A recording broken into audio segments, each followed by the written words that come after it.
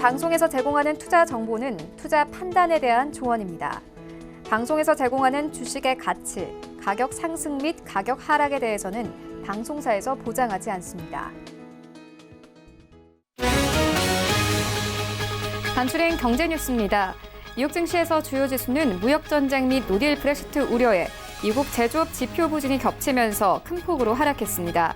미국 증권거래소에서 다우존스 지수는 1.08%, S&P 500 지수는 0.69%, 나스닥 지수는 1.11% 하락하며 마감했습니다.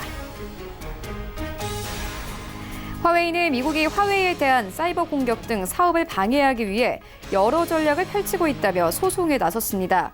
월스트리트 저널은 현지 시간 3일 화웨이의 미국 사무실 직원 중 적어도 3명은 미국 FBI로부터 연락을 받았다며 화웨이는 미국으로부터 부정한 방법으로 압박받고 있다고 주장한다며 언급했습니다. 지난 8월 미국의 제조업 활동 지수가 시장 예상보다 부진해 위축 국면으로 떨어졌습니다. 현지 시간 3일 공급관리협회는 8월 제조업 구매 관리자 지수 PMI가 전월 51.2에서 49.1로 하락했다고 밝혔습니다. PMI 지수가 위축 국면으로 나타낸 것은 35개월 만입니다. 영국 하원이 결국 현지 시간 4일 브렉시트 3개월 연기를 골자로 하는 법안 표결을 실시합니다. 하원은 의사 일정 주도권을 하원에 부여하는 결의안을 현지 시간 3일 저녁 통과시켰습니다. 이에 대해 보리스 존슨 총리는 노딜 브렉시트 금지 법안이 표결에 붙여진다면 당초 예고한 대로 조기 총선을 실시하겠다고 경고했습니다.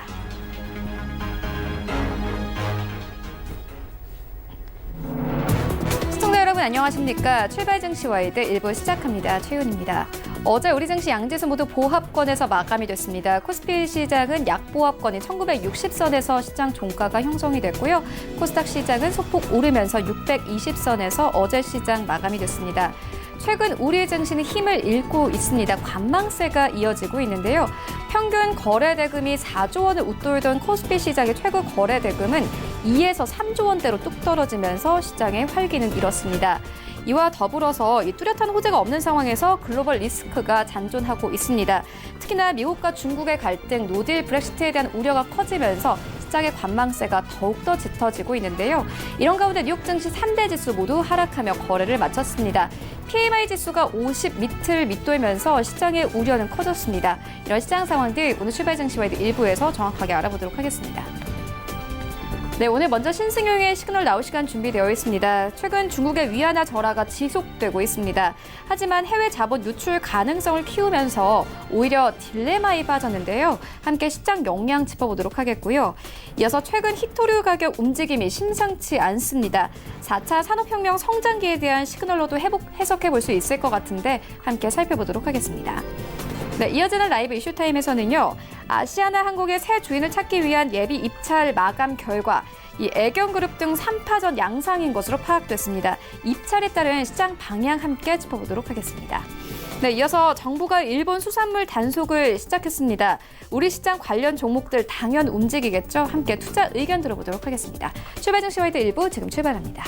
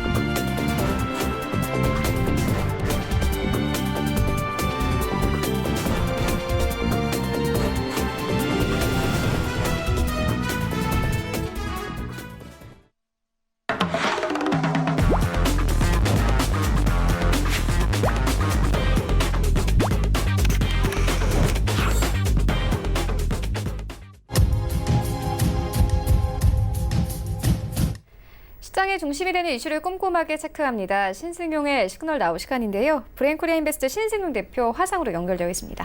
안녕하십니까? 네, 안녕하십니까? 네, 먼저 첫 번째 이슈부터 살펴보고 가도록 하겠습니다. 최근 중국의 위안화 절하가 지속되고 있습니다. 하지만 이 해외 자본 유출 가능성을 키우면서 오히려 중국 정부는 딜레마에 빠진 상황인 것처럼 보여지는데요. 앞으로 위안화의 방향 어떻게 보고 계십니까? 네, 위안화 지금 실질적으로 미국과 중국 간의 무역 분쟁에서 모든 것이 사실상 시작이 되었다. 이렇게 좀 보셔야 될 것 같은데, 마침 지난 밤에도 실질적으로 지난밤 뉴욕 시장 좀 간단하게 정리를 해보면요, 실질적으로 미국의 그 시장에 두 가지 이슈가 있었죠. 첫 번째는 상호 보복 관세, 미국 측에서는 4차 무역 관세 부과가 되겠습니다. 그게 지난 9월 1일부로 발효가 되었고, 그것이 이제 그 노동절 휴장 그리고 어제가 그 이후 첫 거래일이었는데요. 실질적으로 상호 보복 관세가 현실화가 되면서 실질적인 우려감이 상승되는 그런 모습 나타났었다라는 점. 미국 3대 지수 모두 1%가량 하락하는 그런 모습. 특히나 IT를 비롯한 전반적인 수출업종 하락폭이 좀 크게 나타났다라는 부분 말씀을 좀 드려보고요. 여기 두 번째 이슈가 하나가 있었죠. 앞서 최현 앵커 간단하게 이제 헤드라인 뉴스를 통해서도 말씀해 주셨습니다만은 PMI 지표가 35개월 3년 만에 50포인트를 하회하면서 경기가 상당히 안 좋다는 얘기겠죠. 지난달 7월 달에 51.2였습니다. 근데 이번 달 49.1. 좀 상당 부분 큰 폭으로 하락을 하면서 실질적인 경기 둔화에 대한 우려감을 키웠다. 결국은 경기 침체에 대한 우려감이 확산이 되면서 전반적으로 채권 금리 역시 하락이 지속되는 하락폭이 크게 나타나는 그런 모습 나타났었고요. 이런 부분들이 결국은 증권 시장에 고스란히 반영이 되었다라는 점. 모든 것이 어찌 보면 미국과 중국 간의 무역 분쟁으로부터 영향이 상당 부분 크다라고밖에 할 수 없는 그런 상황인데요. 이런 상황들 속에서 각국의 대응, 미국의 대응, 그리고 중국의 대응 서로 좀 다른 양상을 보여주고 있죠. 미국의 대응은 계속되는 관세 부과를 통해서 그리고 미국으로 유턴하라는 어떤 그 시그널을 미국 기업들에게 보내면서 중국으로부터 나와라라는 쪽에 메시지를 계속 던지면서 미국 내 소비를 활성화시키고 투자를 활성화시키고 그러기 위한 노력들을 상당 부분 하는 반면 중국 같은 경우는 미국의 관세 부과에 물론 맞불을 놓기도 했습니다. 근데 여기에 더 나아가서 사실상 위안화의 절하라는 그들의 전략으로 미국의 보복 관세 부과에 대해서 맞서고 있다라는 점. 근데 실질적으로 최근 들어서 보면요, 지난 그 위안화가 7위안을 돌파한 이후에 조금 좀 주춤거리는 위안화의 모습이 나타나긴 했었습니다. 근데 하지만 계속되는 7.08, 7.1까지 지금 상승하는, 특히나 8월 중에 위안화가 3.7%나 절하하는 그런 모습을 보였습니다. 지금 현재 7.09 위안. 어찌 보면 월간 기준으로 생각을 해보면 25년 만에 절하폭이 최대를 기록하는 그런 상황들 나타났다라는 점. 그렇기 때문에 지금 미국과 중국 간의 쌍방 추가 보복 관세가 실질적으로 단행되어 있는 그런 상황들 속에서 위안화의 향방은 사실상 조금 그 방향을 쉽사리 가늠하기 어렵다라는 점 분명히 좀 말씀을 좀 드려보고요. 여기에 미국과 중국 간의 갈등이 계속되어진다라면 중국은 그들이 조금 좀 부담이 된다 하더라도 8위안까지 상승할 가능성도, 소위 말하는 포치, 달러당 7위안에서 포바, 달러당 8위안까지도 지금 그 환율이 절하될 가능성, 그런 우려감이 계속해서 증가하고 있다라는 점. 근데 수출을 늘리기 위해서, 수출을 계속해서 유지하기 위해서 환율을 절하한다. 근데 그 부분 항상 동전의 양면성이 됩니다. 실질적으로 수출은 계속해서 수출 증가 내지는 수출의 어떤 일정 기조는 유지할 수 있겠지만 실질적으로 금융시장하고요, 중국 내부 금융시장과 그다음에 중국 내수 소비시장, 특히나 물가 부분에서는 상당 부분 중국 정부 입장에서 부담을 가질 수밖에 없겠다. 소위 말하는 환율에 대한 딜레마에 봉착되어지는 그런 모습들이 나타날 수밖에 없다라는 점. 수출의 경쟁력은 증가할 수밖에 없습니다. 환율이 절하되니까요. 하지만 내부로 들어온 외국인 자본의 유출 가능성 높아질 수밖에 없고요. 더 나아가서 내수 물가가 상승을 하면서 결국에는 이것들이 경기 둔화라는, 더 나아가서는 경기 침체라는, 올해 중국 경제 성장률 6.5% 달성하기 상당 부분 어렵다라는 이야기들이 중론이죠. 경기 둔화, 경기 침체, 여기에 더 나아가서 내수 물가가 상승을 하게 된다라면 좀 잘못하다간 하이퍼 인플레이션이라는 상당히 되돌릴 수 없는 그 나쁜 경제 상황에 봉착할 가능성도 있을 수 있다라는 점. 근데 시장에서 이런 생각도 하고 있습니다. 위안화의 추가 절하 가능성은 좀 제한적이지 않겠느냐. 왜냐하면 미국이 한 달 전에 중국을 환율 조작국으로 전격 지정을 했죠. 그러면 그 이야기는 결국은 위안화의 절상 가능성이 높아진다라는 쪽으로 생각을 해볼 수 있을 것 같고요. 두 번째, 중국 정부 위안화를 방어하기 위한 행보가 빨라지고 있다라는 점. 해외 송금을 제한하는 그런 정책이 지금 추진되고 있고, 외화 매입을 제한하는 그런 움직임 나타나고 있다라는 점. 여기에 더 나아가서 중국 정부 경기 부양의 주된 방법으로 실질적으로 수출을 진작하기 위한 그런 노력보다는 오히려 내수 소비를 촉진시키기 위한 그런 경기 부양책의 진행이 지금 되어가고 있다라는 점. 그 이야기는 결국은 위안화의 추가 절하를 방어하려는 그런 내심이 숨어 있고요. 수출 촉진 대신에 내수 부양을 선택을 함으로써 전반적으로 미국에 대한 관세 보복, 관세 인상에 대한 대응도 하면서 그들의 경제 성장률 최소한 6.5%는 유지하려는, 만들어내려는 그런 노력 분명히 나타나고 있다라는 점.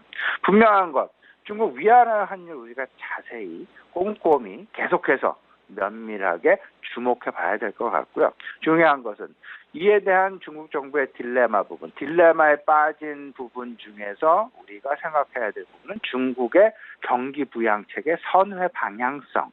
그 선회 방향성은 결국은 내수 소비 진작 중심으로 펼쳐져 가고 있다라는 점. 그렇다라면 우리가 생각해야 될 부분은 아마도 중국 내수 소비 관련주에 대한 관심이 유효한 것이 아닌가, 이런 생각 가져보게 됩니다.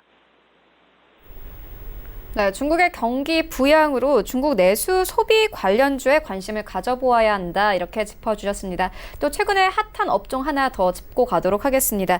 최근 히토류 가격 움직임이 심상치 않습니다. 니켈의 경우에는 최근 5년 내 최고가를 다시 한번 경신을 했는데요. 니켈 같은 경우에는 전기차, 2차 전지의 주 원료로 그 사용량이 최근에 좀 증가세를 보이고 있습니다. 이제 4차 산업혁명의 성장기라고 봐도 되겠습니까?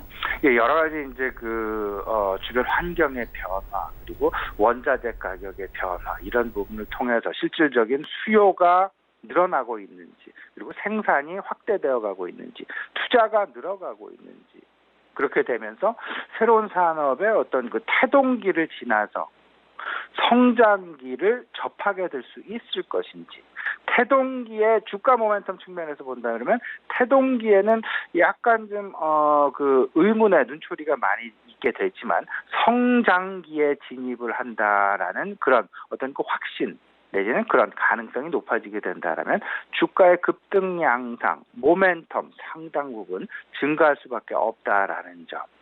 그러다가 점차 성숙기로 들어가면서 주가의 모멘텀의 둔화가 나타나게 되어지는 그런 모습.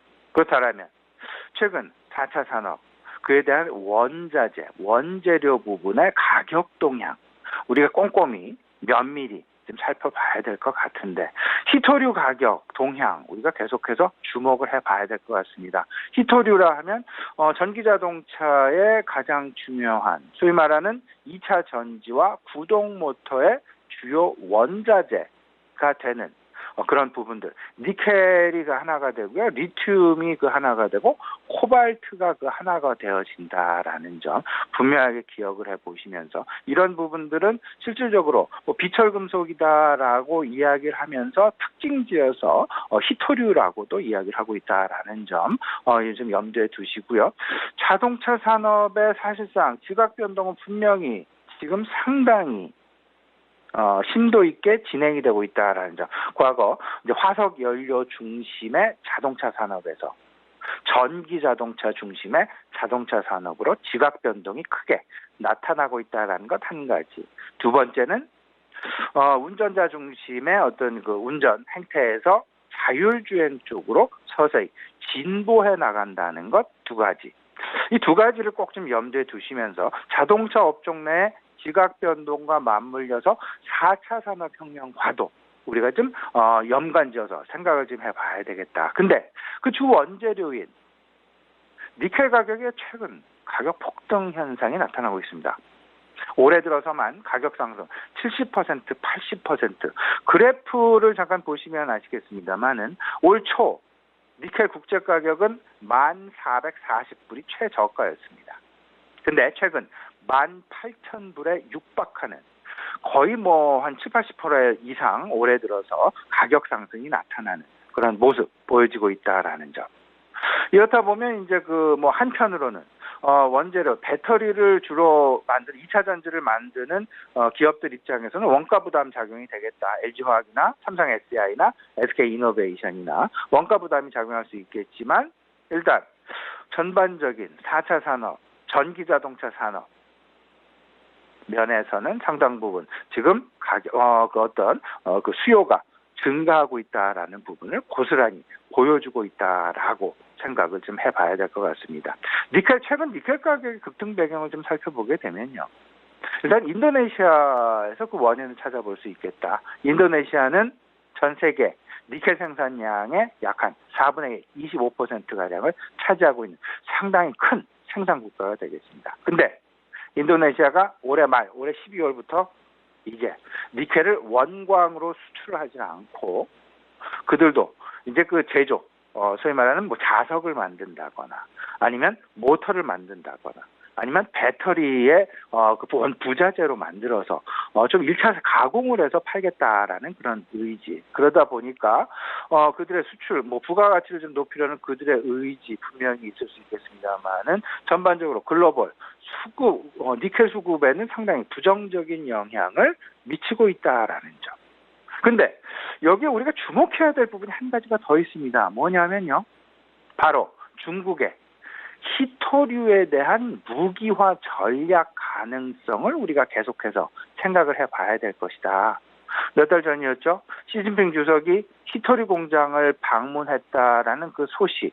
이 한 가지로 중국이 미국과 중국 간의 무역 갈등에 있어서 희토류 무기화 전략을 내세울 가능성이 있다라는 그런 어떤 그 변화 부분 시장 내 대두가 되면서 희토류 가격 그리고 희토류 관련주들의 가격에 어떤 그 변동성이 크게 나타났다라는 점을 생각을 해보면서 미국과 중국 간의 무역 갈등이 장기화돼가고 있다라는 점.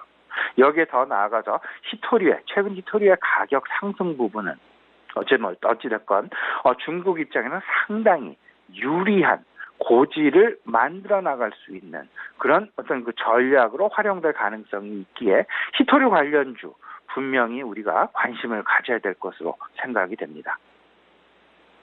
네, 희토류 가격 상승으로 중국 측이 희토류를 무기화할 전략을 쓸 수도 있다. 이런 가능성을 짚어주셨는데요.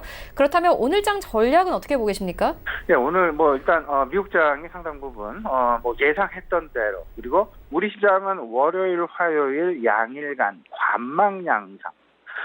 그 거래 대금이 3조 원, 4조 원도 채 못 미치는 3조 원 겨우 넘어서는 그런 모습을 보일 정도로 관망 양상이 짙어지는. 근데 일단 뚜껑을 벗겼죠. 미국 시장 한 1% 정도 하락하는 그런 모습. 이제 어느 정도 우리 시장 관망 양상에서는 벗어나면서 방향성을 잡지 않을까라는 그런 생각 좀 가져보게 되는데 미국과 중국 간의 무역 갈등을 극복하고 한국과 일본 간의 어떤 그 정치적인 갈등 양상을 극복하기 위한 어떤 주식을 좀 찾아봐야 될 텐데 결국은 정부 주도 투자 확충하는 R&D 관련주에서 우리가 좀 해답을 참 찾아봐야 되지 않을까라는 말씀 좀 드려봅니다. 지금 현재 글로벌 시장, 우리 시장 핵심 관련 이슈는 세 가지가 되겠습니다. 미국과 중국 간의 무역 갈등이 그 첫 번째, 두 번째는 이에 따른 경기 침체에 대한 우려감이 얼마만큼 확대가 될 것이냐 말 것이냐, 세 번째는 그를 극복하기 위한 주요국의 경기 부양책이 과연 어떻게 나오게 될 것이냐. 미국과 중국 간의 무역 갈등, 상호 보복 관세가 본격화가 됐고 이제는 경제 지표, 최근 ISM 제조업 지표, PMI 지표가 중국의 차이신 지표도 그렇고요. 미국의 PMI 지표도 그렇고 모두 50 이하로 내려가는 그런 모습. 하루를 두고 그런 모습들이 나타났죠. 경제 지표, 결국 경기 침체에 대한 우려감이 고개를 들고 있다. 경기 둔화에 대한 우려감이 고개를 들고 있다. 이를 극복하기 위한 주요국의 정책, 결국 FOMC에 대한 금리 인하 기대, 그리고 EU, 유로존에는 양적 완화에 대한 기대감이 커지고 있다라는 점. 우리나라 역시 어제 8월 마이너스 물가를 실질적으로 기록을 하면서 경기 둔화에 대한 어떤 우려감이 확대되고 있다라는 점. 그렇다면 주요국의 경기 부양책에 관심을 가져야 되는데 우리나라는 통화의 완화 정책보다는 재정의 확대 쪽으로 슈퍼 예산을 소위 편성을 하면서 재정 확대를 통한 경기 부양을 꾀하고 있다라는 점에서 생각을 해본다라면 정부 지출이 확대되어지는 정부 예산이 많이 집행되어지는 쪽 산업에 관심을 가져야 될 텐데 그 부분이 결국에는 IT 장비, IT 소재, 네트워크 장비 쪽에 상당 부분 증가폭이 나타날 수밖에 없다. 그리고 미래 먹거리에 대한 관심, 소위 말하는 DNA, 데이터와 네트워크, 인공지능 이 부분에 대한 관심 전반적으로 지금 새롭게 어떤 긍정적인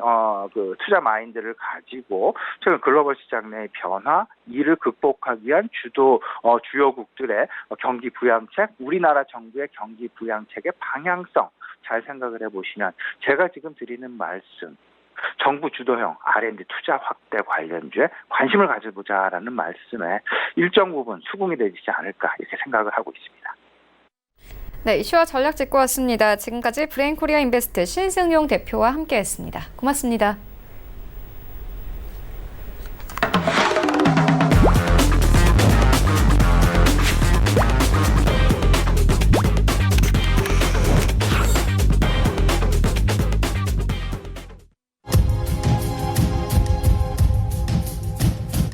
네, 국내 시장 쟁점 함께 분석해 보도록 하겠습니다. 라이브 이슈 타임인데요. 한투자증권 김건진 차장 전화 연결되어 있습니다. 안녕하십니까? 네, 안녕하십니까? 네, 먼저 첫 번째 이슈부터 시작을 해보도록 하겠습니다. 이 아시아나 항공의 새 주인을 찾기 위한 예비 입찰 마감 결과 이 애경그룹 등 3파전 양상인 것으로 파악이 됐습니다. 당초에 오히려 주목받았던 주요 대기업들은 이 인수전에 뛰어들지 않았는데요. 아시아나 항공의 입찰 향방 어떻게 보고 계십니까? 우선은 조금은 아쉽다라는 아쉬운 결과가 좀 나오지 않았나라는 얘기를 해드리겠습니다. 우리 앵커님이 얘기해 주셨던 것처럼 대기업들, 어떻게 보면 한화나 SK 쪽에서 좀 입찰을 나서주면 좀 흥행이 되는 거였는데요. 이런 쪽에서 입찰을 하지 않았다는 이런 결과가 나와서 조금은 안타까운 모습이 나타나고 있습니다. 이런 모습이 알려지면서 장 초반 어떻게 보면 아시아나항공이 급등으로 시작을 했으나 장 마지막으로는 하락을 하면서 마무리가 됐었다라는 거 얘기를 해드리겠습니다. 실제 매각 주체와 매각 대상의 이런 기업 주가가 크게 오를 수 있었었는데 시작은 그렇지만 마지막이 좀 안 좋았다라는 거 이야기를 해드리겠고, 실제로 이러한 사건이 이러한 모습에는 가장 큰 것은 결국은 아시아나항공의 부채 규모와 인수 비용이 조금 잘못하다가는 승자의 저주로 일어날 수 있다는 우려가 좀 많이 반영이 되고 있다라는 얘기를 해드리겠습니다. 실제로 이번에 참여한 세 곳, 바로 이 애경산업과 HDC, 현대산업개발, 그리고 재무적 투자로 나서는 미래에셋증권 같은 경우, 그리고 사모펀드 쪽에서 이런 세 군데에서 지금 3파전을 이뤄내고 있다는 거 얘기를 해드리겠습니다. 그런데 실제로 참여했던 이런 기업들은 대부분 하락하는 모습이고요. 오늘 같은 경우에서도 HDC 이런 현대산업개발의 이런 레포트가 나왔는데 조금 참여가 아쉽다라는 이런 이야기가 나오고 있습니다. 가장 큰 이유로는 뭐냐면 아시아나항공이 올해 상반기 부채 규모가 9조가 넘어간다는 얘기, 그리고 인수 비용이 최대는 한 1조 5천억 원에 달할 것이라는 전망이 나오면서부터입니다.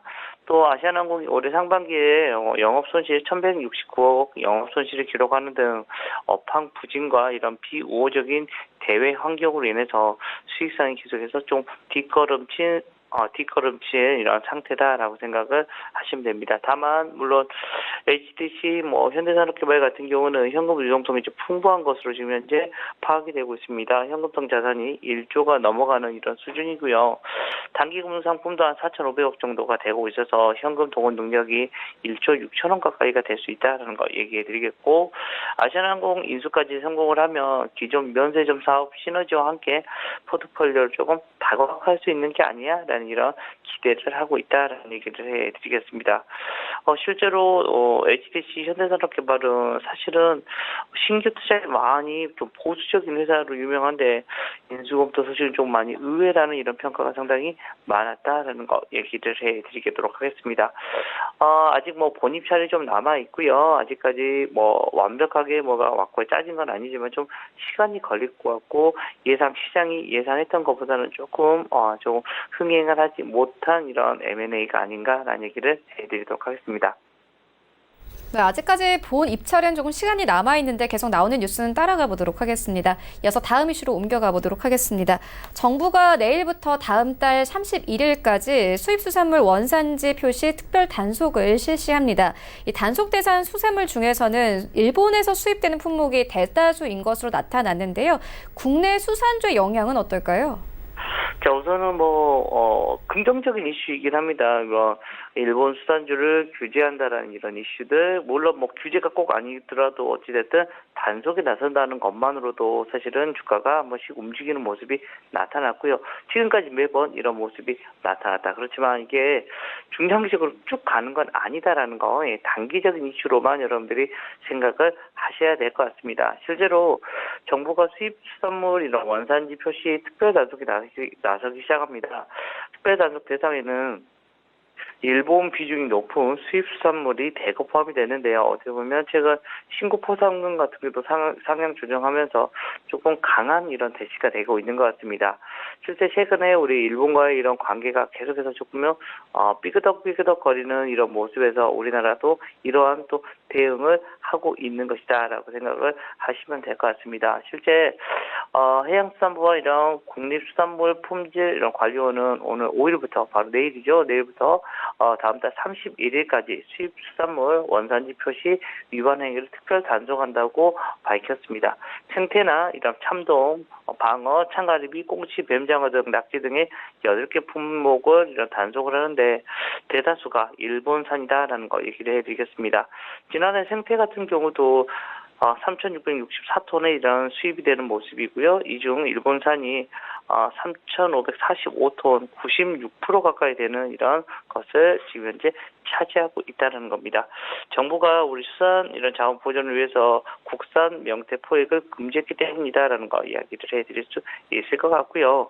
실제 최근에 뉴스 기사에서도 계속해서 나오고 있는 것처럼 원전에 대한 얘기가 계속해서 나오고 있습니다.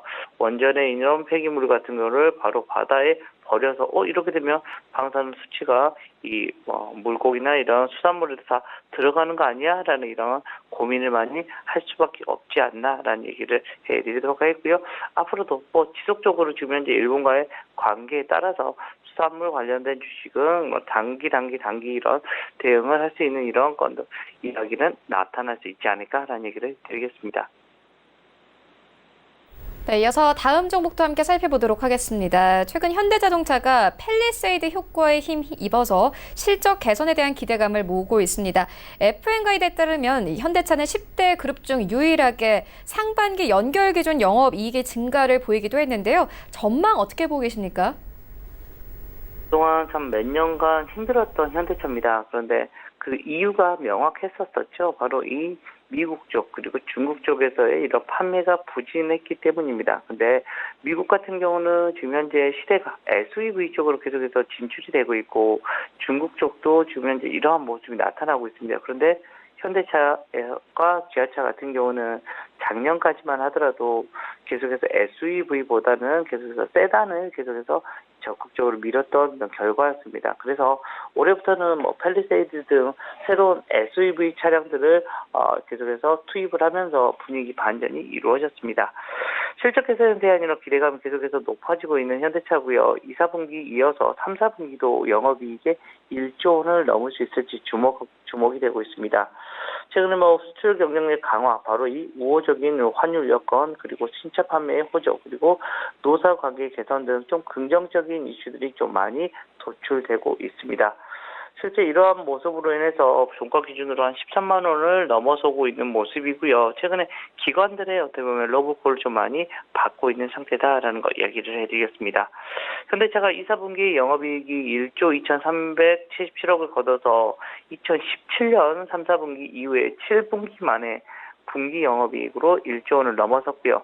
실제 FA 가이드에 따르면 뭐 현대차의 3, 4분기 영업이익 컨센서스도 8월 말 1조 원이 살짝 안 되는 거였는데 최근에는 거의 이제는 1조 원에 가까워졌다라는 거 얘기를 해주겠습니다. 또 지난해 3, 4분기 영업이익이 2,889억에 그친 어닝 쇼크를 기록했으니까 올해 어떻게 보면 어닝 서프라이즈를 나타내 줄 수 있지 않을까라는 이야기를 해드리겠고요. 최근에도 어떻게 보면 이런 증권업계 이런 현대차 실적 개선의 전망이 계속해서 이어지고 있는 모습입니다. 뭐 최근 노사 관계가 아주 잘 풀렸고요. 그리고 환율 효과, 그리고 대형 스포츠 유틸리티를 위주로 해서 신차 효과가 계속해서 본격적으로 반영이 되고 있다라는 얘기를 해드리겠습니다. 실제 6월 미국에서 판매가 개시된 팰리세이드에 대한 이런 현지 딜러들의 이런 반응이 폭발적이라고 지금 현재 얘기가 나오고 있고, 현재 환율 수준이 유지되면 SUV의 이런 신차들의 이런 점차 해외 판매가 들어가면서 오는 2021년까지 현대차 그룹의 이런 이익 성장이 계속해서 이루어질 수 있을 것 같다. 즉 2년 정도는 더 지금 현재 효과를 계속해서 볼 수 있지 않을까라는 이야기를 해드릴 수가 있을 것 같습니다. 네, 차장님 말씀처럼 최근 현대차 기관들이 계속 매집하고 있는 상황이고요. 증권사에서는 목표 주가를 17만 원 선까지 보고 있습니다. 계속 관련된 주가 흐름을 따라가 보도록 하겠고요. 이어서 오늘장 전략 들어보도록 하겠습니다. 네, 오늘 장은 미국 시장이 조금 하락을 했었습니다. 뉴욕 증시가 미중 간의 무역 협상에 대한 우려과 그리고 미국 제조업 경기 부진에 대한 이런 것 때문에 급락 마감이 됐습니다. 첫 번째 얘기 드렸던 미중 간의 무역 협상에 대한 우려는 물론 우리나라한테는 마이너스 요인이긴 합니다. 그렇지만 이것은 어제 우리나라 시장이 좀 어느 정도 반영이 된 게 아닌가라는 얘기를 해드리겠고요. 그렇지만 좀 미국 제조업 경기 부진의 얘기는 조금 고민을 할 수가 있을 것 같습니다. 실제로 PMI 지수가 전월 51.2에서 49.1로 큰 폭을 하락을 했는데 가장 중요한 게 바로 한국 수출과 관련이 깊은 신규 주문이 크게 위축되는 점이 조금 고민을 해야 된다는 거 얘기를 해주겠습니다. 실제 이런 신규 주문이 감소가 되면 우리나라 4분기 수출에도 조금 부진한 결과를 나타내줄 수 있기 때문이다라는 얘기를 해드리겠습니다.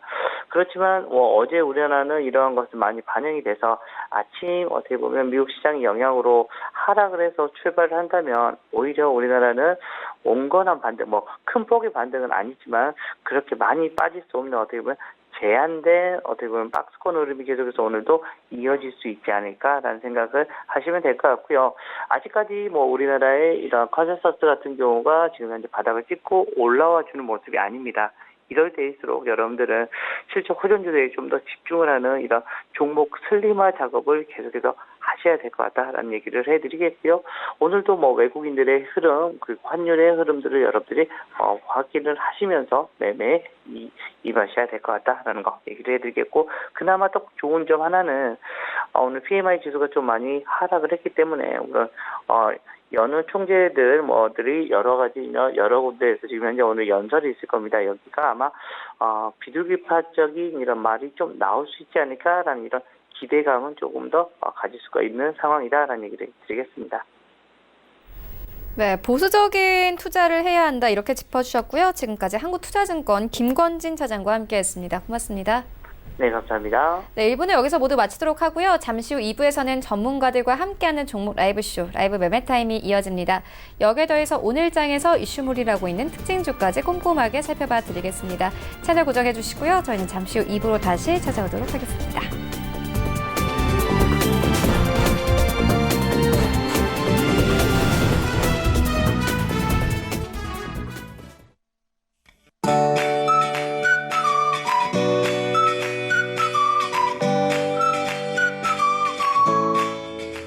안녕하세요. K웨더 라이프스타일 예보 오주호입니다. 가을 장마의 영향으로 현재는 전남과 흑산도, 홍도 지역에 호우주의보가 내려진 가운데 중부지방으로도 많은 강수량에 주의하셔야겠습니다. 태풍이 밀어올린 수증기의 영향으로 모레 금요일까지 중부지방에 최대 200mm, 많은 곳은 300mm까지 물폭탄이 쏟아지겠습니다. 심각한 침수 피해가 우려되는 만큼 시설물 안전점검을 반드시 해주셔야겠고요. 그 밖에 호남과 제주도는 최대 150mm, 반면에 경상 지역에는 30에서 50mm로 중부지방에 비해서는 크게 양이 많지 않겠습니다. 오늘 비가 내리면서 중부지방과 호남 지역으로 기온이 크게 오르지 못하겠습니다. 낮 기온은 서울과 광주는 25도로 쌀쌀하다고 느끼실 수 있겠고요. 반면에 대전은 27도, 부산은 28도를 기록하며 낮 기온이 크게 오르겠습니다. 기온의 변동성이 큰 만큼 환절기에 감기 걸리지 않도록 유의하시기 바랍니다. 이 시각 위성 영상입니다. 현재 전국이 대체로 흐린 가운데 비가 내리고 있지만 남해안 지역은 점점 소강 상태를 보이고 있습니다. 다음은 자세한 지역별 날씨입니다. 중부지방은 아침부터 비가 오겠고 이로 인해 낮 기온은 서울이 25도로 낮 기온이 크게 떨어지겠습니다. 건강관리에 유의하시기 바랍니다. 동해안의 경우 종일 비가 예상되고요. 한낮에는 속초와 강릉 24도로 기온이 크게 오르지 못하겠습니다. 남부지방도 흐린 가운데 비가 내리겠지만 낮 동안에 소강 상태를 보이며 부산과 전주 28도까지 올라 후텁지근하겠습니다. 오늘 전해상으로도 비 소식이 있고요. 바다의 물결은 대부분 최대 2.5m까지 약간 높게 일겠습니다. 흐린 날씨와 함께 빗방울까지 떨어지는 만큼 해상 안전사고에 주의하시기 바랍니다. 그리고 제13호 태풍 링링이 몸집을 키우면서 점점 북상 중에 있습니다. 금요일 밤부터는 우리나라가 태풍의 영향권에 들면서 주말에도 전국에 많은 비가 내릴 것으로 보여 계속해서 기상정보를 잘 참고하시기 바랍니다. 날씨였습니다.